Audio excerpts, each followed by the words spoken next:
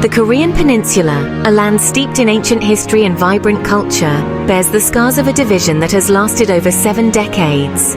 The seeds of this separation were sown in the ashes of World War II, as the Allied victory over Japan left a power vacuum in the region.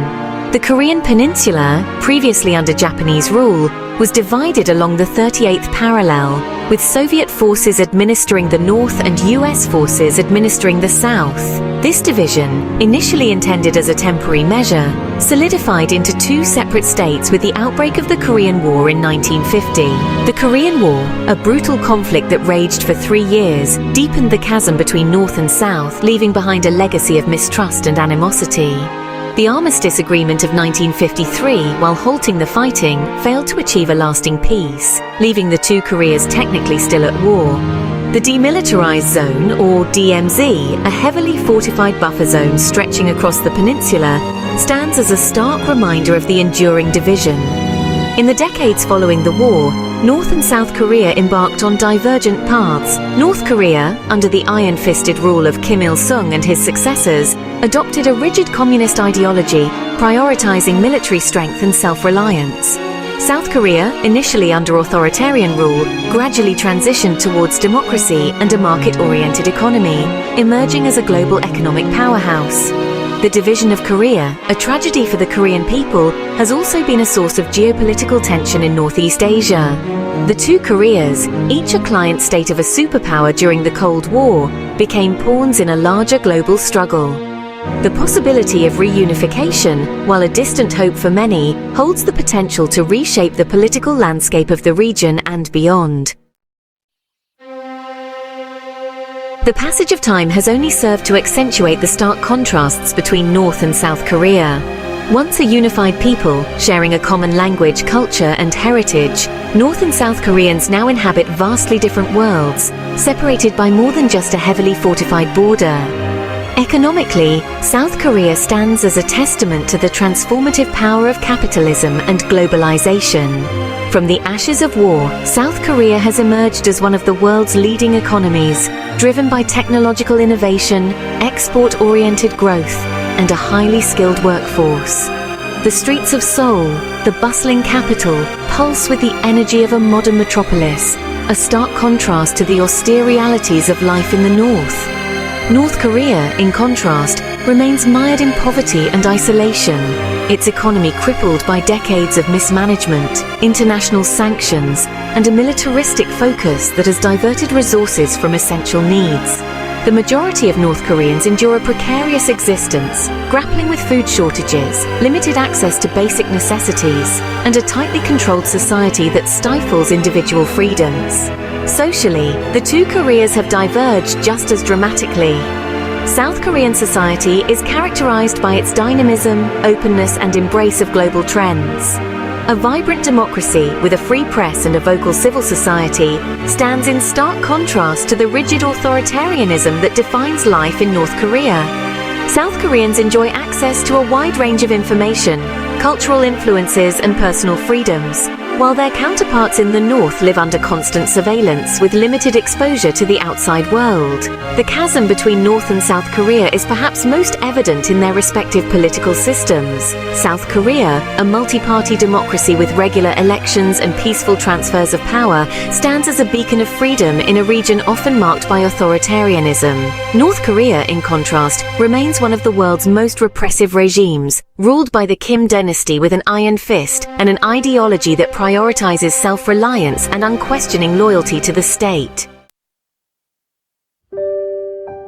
The prospect of Korean reunification, while fraught with challenges, carries profound social implications that extend far beyond the merging of 2 states. It represents the potential healing of a divided nation, a chance for millions of Koreans to reconnect with family members separated for generations, and to forge a common identity after decades of living in starkly different worlds.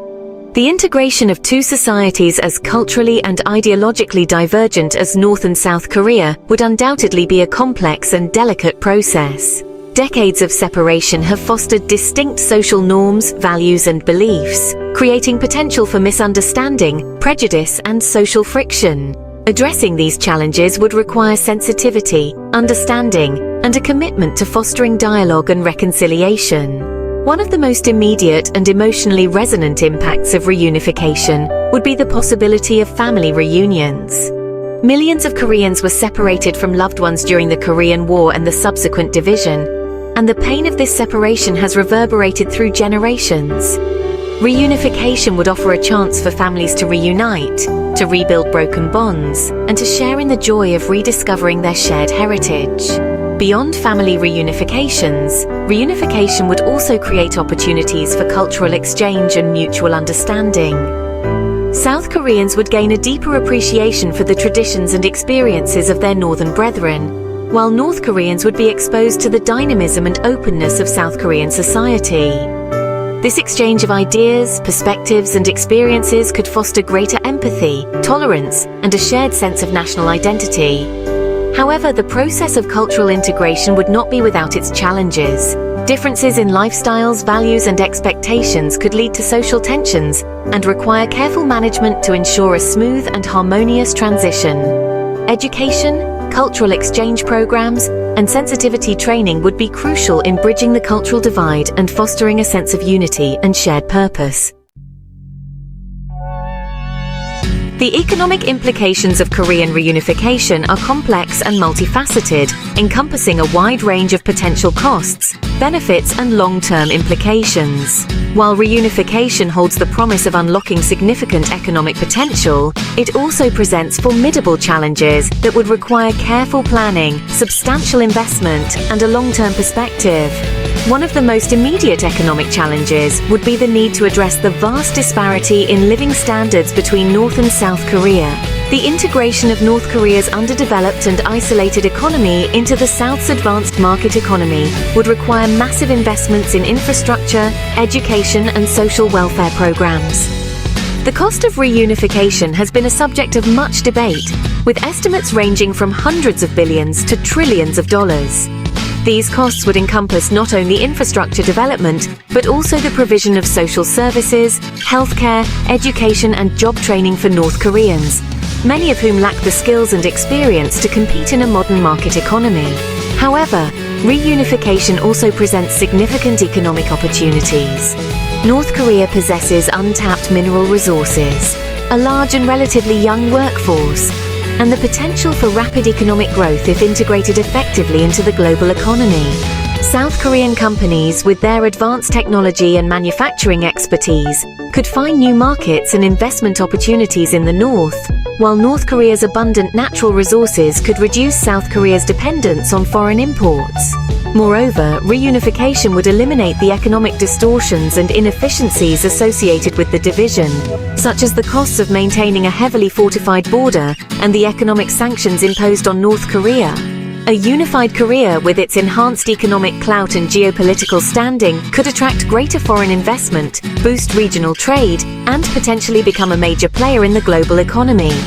The economic integration of North and South Korea would be a gradual and challenging process, requiring careful planning, substantial investment, and a commitment to market-oriented reforms. However, the potential rewards of a unified Korean economy, both domestically and internationally, are significant and should not be underestimated.